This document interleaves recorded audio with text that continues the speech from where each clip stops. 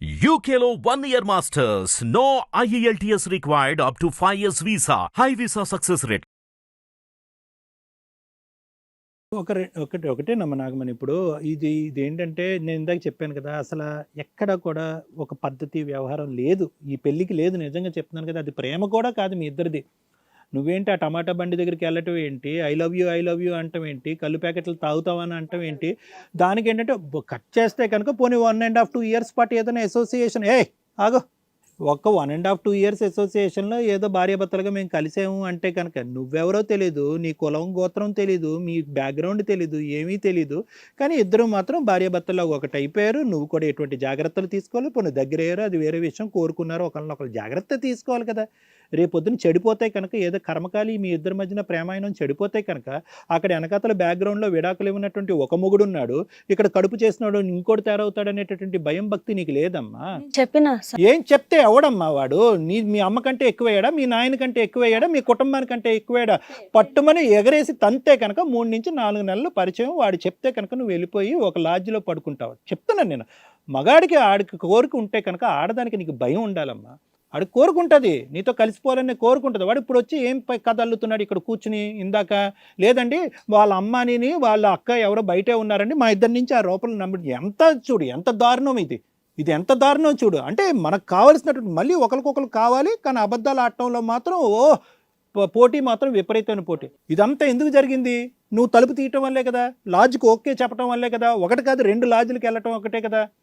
ఆఖరికి ఏం చేస్తున్నాడంటే, నువ్వు ఒకటే తన రూమ్లోకి రావటం కాదు, దీని అంతటికి నువ్వు అతనితో శారీరకంగా కలవటానికి వెనకాతల ప్రమేయం మీ కుటుంబ సభ్యులు కూడా ఉందని చెప్పి ఇప్పుడు పబ్లిక్గా వాళ్ళ పరువు కూడా తీస్తున్నాడు. మా కుటుంబాల్లో ఎందుకు అనవసరం అది, ఆ కుటుంబ సభ్యులకి ఇన్వాల్వ్మెంట్ ఉండకూడదు అంటే కనుక ఒక మగాడితో నీకు పెళ్లికి ముందు ఇన్వాల్వ్మెంట్ ఉండకూడదు. ఏం లెక్క చెప్తున్నాను ఈరోజు? సిగ్గు ఉండాలమ్మా. గర్భవతి అయ్యి పెళ్లిపేటల మీద కూర్చోటం తేడా అవుతే ఏం జరుగుతుంది? నేను పెళ్లి పత్రికలు కూడా కొట్టించినప్పుడు కూడా చెప్పిన సార్, ఇవన్నీ ఇప్పుడు ఇవన్నీ ఏంటంటేనమ్మా, ఒక ఆలోచన ఉండాలమ్మా. ఒక ఆడపిల్లకి ఒక ఆలోచన, ఒక భయం ఉండాలి. అందులో ఇంతకుముందు దెబ్బతిన్న దానివి, ఒక 2 పోలీస్ కేసులు ఇరుక్కున్న దానివి, ఒక ఏదో వల్ల బాధపడుతున్న దానివి, ఇప్పటికీ వాడితో విడాకులు తీసుకునే దానివి, వేరే మగాడిని నమ్మి వాడితో మాట ప్రయాణం మొదలుపెట్టి ముందే ప్రెగ్నెంట్ అవటం అవసరమా? కాదు సార్, నేను చెప్పాను సార్. ఇంకేం చెప్పొద్దు. నేను ఇంకొకటే మాట అంటున్నాను. ఎన్ని జరిగినా కూడా ఫైనల్గా నాగమని ఒకే ఒక అంశం, నువ్వేం తాగుబోద్దాను కాదు. ఇందాక కళ్ళు అని 1 నుంచి 10 సార్లు అంటున్నావు కదా.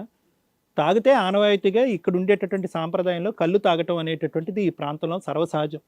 అదేం కాదనట్లేదు, అది నేను తప్పుగా కూడా భావించట్లేదు.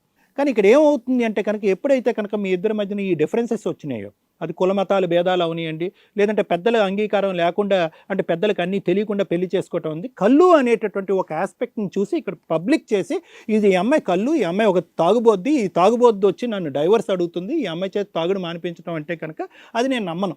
ఎందుకంటే నువ్వేమి తాగుబోద్దాను ఏమీ కాదు. సరే, కుట్లు బాధ పడలేకో, లేదంటే బ్లీడింగ్ బాధ పడలేకో, లేదంటే ఏంటంటే నిద్ర పట్టుకో నువ్వు తాగుంటావు అనేటువంటి, మీ అమ్మ నాన్న తాగుతారా, వాళ్ళకి నువ్వు ప్యాకెట్లు తీసుకొచ్చావా, బాటిల్స్ తీసుకొచ్చావా అన్నది నాకు అనవసరం.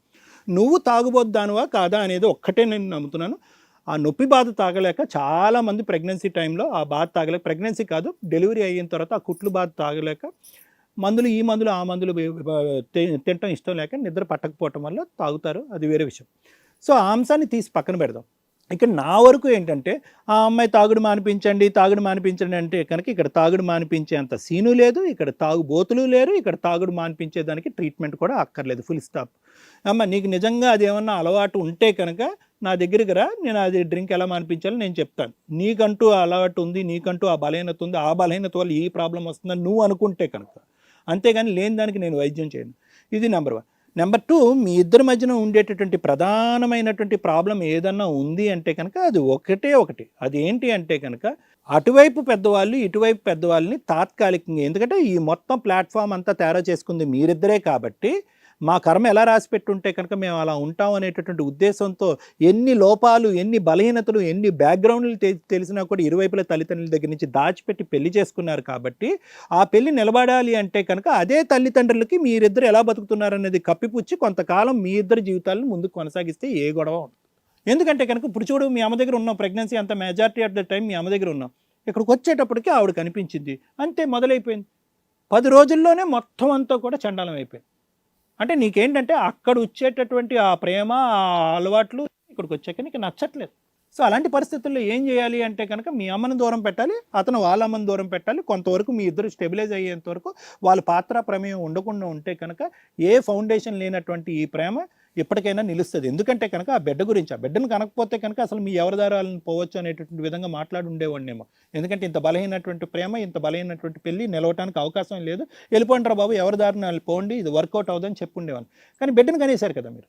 ఆ బిడ్డ గురించి మీరు ఏంటంటే కనుక ఇరువైపుల పేరెంట్స్ని కొంతకాలం దూరం పెట్టి హ్యాపీగా ఉంటే కనుక అన్ని సద్దుమనుగా అవుతాయి. గతాన్ని వదిలేసేయండి, అబద్ధాలు ఆడటం ఆపేసేయండి, ఇంకా వేలెత్తి చూపెట్టుకోవటం అనేది ఆపేసేయండి. ఇప్పుడు ఇవన్నీ చెప్పినారు కదా సార్, ఆఖరికి వచ్చి నడి రోడ్లోన నాకు గల్ల పట్టుకొని ఇవన్నీ అయిపోయింది సార్. నేను ఆఖరికి నేను ఇంటికాడికి వస్తున్నా, నా గల్ల చింపి ఈ పిల్ల నీకు పుట్టలే 10 మందితో అన్నా అని నాతో ఎట్లా అంటుంది సార్? ఈ పిల్ల నీకు పుట్టకపోతే ఎవరికి పుట్టింది? ఆ పిల్లని అడగండి సార్ ఎట్లా అన్నదో. నేను చెప్పనా సార్? తాగింది ఎక్కువ అయ్యి నాతో నా మాటలు మాట్లాడింది ఆ రోజు. వాళ్ళ అన్న ఏమంటుండు, ఏ నీకు నా తమ్ముడు లేదు. వదిలే, ఆ మాటలన్నీ వద్దులే అమ్మా. ఇవన్నీ మాటలు నేను మాట్లాడినా అక్క. ఇదో అవన్నీ చాలా చిన్న ఆ పిల్లకి ఎట్లా వస్తున్నాయి అక్క మాటలు? మీరు ఏం చేయాలి ఏంటనేది ఇదో మీ ప్రాబ్లం ఏంటనేది ఇదో సార్ చెప్పారు. సార్ మాట్లాడుతున్నంతసేపు మీ ఇద్దరు డిస్టర్బ్ చేస్తూనే ఉన్నారు. వాళ్ళు చెప్పేది జాగ్రత్తగా వింటే మీ మైండ్ లో కూడా ఎక్కుతా, అసలు ఏం జరిగింది అనేది కూడా చెప్తారు. ఇప్పుడు మేడం మాట్లాడతాను, మీరు ఇద్దరు ఎవ్వరు కూడా డిస్టర్బ్ చేయొద్దు, చెప్పేది వినండి. మీ ఇద్దరు వర్షన్స్ విన్నారు కాబట్టి ఇప్పుడు కరెక్ట్గా ఏం చేయాలనేది చెప్తారు. Madam please. మేడం వీళ్ళకి మనం చెప్పేది అర్థం కావట్లే. ఇక్కడ కూర్చున్న ఎక్స్పర్ట్స్ ఆ పిన్ పాయింట్స్ ఏదైతే మాట్లాడదాం అనుకుంటున్నారో వాటి గురించి ఎక్స్ప్లెనేషన్ ఇచ్చినా వీళ్ళ నోటెంబట బూతులే వస్తున్నాయి. కానీ ఇది ఇద్దరు పర్ఫెక్ట్గా వచ్చేసి మాట్లాడుతున్నది అంటే నాకు భార్య కావాలి, నాకు భర్త కావాలి, ఇంతే, ఏమీ లేదన్నట్లు ఉన్న దాంట్లో 6 months వీళ్ళ పరిచయాల్లోనూ 15 days కాపురంలోనూ నడిపిస్తున్న దారుణమైన వెన్నుపోటు బాణాలు ఏవైతే ఉన్నాయో, ఈయనకో 10 వెనకాల ఆల్రెడీ ఆవిడ పొడిచినవి ఉన్నాయి వీపు మీద, ఆవిడకి ఆల్రెడీ ఒక 4-5 ఉన్నాయి. ఇవి క్లియర్ అవ్వకుండా మనం అలా మీ ఇద్దరు కావాలనుకుంటున్నారు కదా పెద్దోళ్ళు దూరంగా ఉండి పొండి అంటానికి ప్రాబ్లం అయితే క్లియర్ అవ్వదు. ఇక్కడ షో వరకు మనం మాట్లాడి పంపించినట్టే ఉంటుంది. ఎందుకంటే ఇద్దరు నిజాలు మాట్లాడుకోవాలి. ఇక్కడ ఎవరు ఎలిగేషన్స్ వాళ్ళు సపోర్ట్ చేసుకుంటూనే మాట్లాడుతున్నారు. ఈ కేసు ఒకటి పక్కన పెడితే ఈ కేసుని ఎగ్జాంపుల్గా చెప్పి మన ఆడియన్స్కి ఇట్లా ప్రాబ్లంలో ఉన్న వాళ్ళకి లీగల్ పాయింట్స్ కొన్ని చెప్పాల్సినవి ఉన్నాయండి. ఒకటి, డైవర్స్ రాకుండా ఇంకో వ్యక్తిని లవ్ చేసి పెళ్లి చేసుకోవాలనుకుంది. డైవర్స్ రాకుండా పెళ్లి చేసుకుందాం అనుకున్న సెకండ్ మ్యారేజ్ ఏదైతే ఉందో అది లీగల్గా వ్యాలిడ్ కాదు. ఆవిడ ఉద్దేశం ప్రకారం పోలీస్ స్టేషన్లో ఏదో మ్యాటర్ సెటిల్మెంట్లో వీళ్ళిద్దరూ ఒక వైట్ పేపర్ మీద రాసుకున్నారంటే ఆ పేపర్ కూడా లేదు. ఆవిడ చెప్తుంది విన్నారు. ఆ వైట్ పేపర్ మీద రాసుకున్నది లీగల్గా వ్యాలిడ్ కాదు. మీరు కోర్టుకు వెళ్ళి డైవర్స్ వేసుకుంటేనే ఈ మ్యారేజ్ లీగల్గా వ్యాలిడ్. ఇలా ఎవడన్నా చేసుకొని మాకు మేమే తెచ్చేసుకున్నామంటే కుదరదు. ఎందుకంటే వీళ్ళిద్దరు కావాలనుకుంటున్నారు కాబట్టి కంటిన్యూ అవుతుంది. కానీ ఇన్ కేస్ ఇద్దరు ఎవరు మోసం చేసినా ఇంకొకళ్ళు కోర్టుల చుట్టూ తిరగాలి చాలా దారుణంగా. ఇక్కడ కావాలనుకుంటున్నారు, ఆ ప్రాబ్లం పక్కన. 2 రిలీజన్స్కి సంబంధించిన పెళ్ళి. ఆవిడ హిందూ, ఈయన క్రిస్టియన్. ఇలా అని క్రిస్టియన్గా కన్వర్ట్ అయ్యి ఆవిడ పెళ్లి చేసుకొని ఉంటే కనుక ఇది డైవర్స్ యాక్ట్ ప్రకారం ఒకవేళ వీళ్ళిద్దరు భవిష్యత్తులో కేసు వేయాలన్నా లీగల్ ప్రొసీడింగ్స్ కానీ పిల్ల పెంపకం కానీ ఎలా పెంచాలి అని వీళ్ళిద్దరూ మాట్లాడుకోవాలి. ఇద్దరు లవ్ చేసుకున్నారు, ఫిజికల్గా కలిసిపోయారు, ఎవరి స్వార్థం వాళ్ళది. ఎందుకంటే ఆల్రెడీ తాగి అబ్బాయి వాళ్ళ నాన్న చనిపోయి ఉన్నాడు, ఆ సెంటిమెంట్ ఉంది. కానీ వాళ్ళ అన్నయ్య తాగుతాడు. వాళ్ళ అమ్మ ఎంత కష్టపడి 5-6 పిల్లల్ని పెంచి పోషించి వాళ్ళ పెళ్ళిళ్ళు చేసింది అనేది ఎవ్వడూ పట్టించుకోలే. ఎందుకంటే పెద్దవాళ్ళు అయిపోయారు, వాళ్ళ ఇది అది వాళ్ళకు నచ్చినట్టు బతికేయడం. అయినా వాళ్ళ అన్నయ్య ఇంకా కొడుతున్నాడు అంటే తండ్రి పాత్రలో వాళ్ళ అన్న వచ్చి కంట్రోల్ చేయడానికి కొడుతున్నాడు. ఇక వీళ్ళ బూతులు ఇవన్నీ అంటారు. వీళ్ళు పెరిగిన విధానం, కల్చరు, ప్లేసు, దీంట్లో మనం ఇన్వాల్వ్ అవ్వడం దండగా. అంటే ఇప్పుడు వీళ్ళ పద్ధతులు నేర్పించలేము, మాట్లాడే పదాలు మంచిగా ఉండాలమ్మా అని మనం నేర్పలేం. ఇద్దరు మన ఆడియో కట్ చేసుకోవాల్సి వస్తుంది తప్ప అన్ని బూతులు మాట్లాడుతున్నారు మనం ఉన్నా కూడా. అంటే ఇంటి దగ్గర ఏ రేంజ్లో బూతులు అనేవి వీళ్ళకి చాలా సహజంగా వచ్చే డైలాగులు. అది అమ్మాయి కూడా వాళ్ళ అమ్మ నాన్న కానీ వాళ్ళు అట్లా ఈ అబ్బాయి కానీ మాట్లాడే విధానం. ఎదురు ఎవరు ముందు మాట్లాడారు అని అనుకుంటున్నారు కానీ చాలా పెద్ద పెద్ద మాటలు మాట్లాడుకున్నారు. వినలేం కొన్ని మాటలు మనం. సో ఇక్కడ ప్రాసెస్లో వాళ్ళ అన్నయ్య వచ్చి కొడుతున్నాడు అంటే సరిగ్గా పెరగలేదు, ఎవరిని లెక్క చెయ్యట్లేదు, ఇర్రెస్పాన్సిబిలిటీ. ఒక పెళ్లి చేస్తామన్నా వినలేదు. ఈలోపు ఈయనకున్న ఫిజికల్ నీడ్స్కి ఒక అమ్మాయిని బుక్ చేసుకొని వెళ్ళాడు. ఇంకో అమ్మాయి టమాటాలు కొంటాకి రాగానే ఆవిడని ఇష్టపడిపోయాడు. నాకు ఇష్టమండి అంటున్నాడు. పెద్ద పెద్ద మేజర్ మిస్టేక్స్. ఒక జంటు, ఒక భర్తగా, ఒక లవర్గా యాక్సెప్ట్ చేయకూడని మిస్టేక్స్ అవి. ఏంటి, ఫిజికల్గా అమ్మాయి తానే లాడ్జ్ బుక్ చేసింది, నేను పత్తినండి వెళ్ళానండి, వెళ్ళిపోతాడు. పాపం లాడ్జ్ ఎట్లా ఉంటుందో ఈయనకి తెలియదు, అంత అమాయకుడు. కానీ ఒక ప్రాస్టిట్యూట్నో ఒక అమ్మాయినో బుక్ చేసుకొని వెళ్ళేంత సీనియారిటీ ఆయనకు ఉంది. 2, ఆ అమ్మాయికి ఫస్ట్ మ్యారేజ్ అయిపోయింది, కానీ మేము ఫిజికల్గా కలిసేసాం కాబట్టి నేను ఒక మాట ఇస్తే ఆ మాటకి నేను శాసనాన్ని పాటిస్తానండి, నా మాటే నా శాసనం, నేను ఒక రాజ్యానికి మహారాజుని అన్నట్టు ఫీల్ అవుతున్నాడు. సరే, దానికి ఉన్నప్పుడు మిగతా అన్నీ యాక్సెప్ట్ చేయాలి.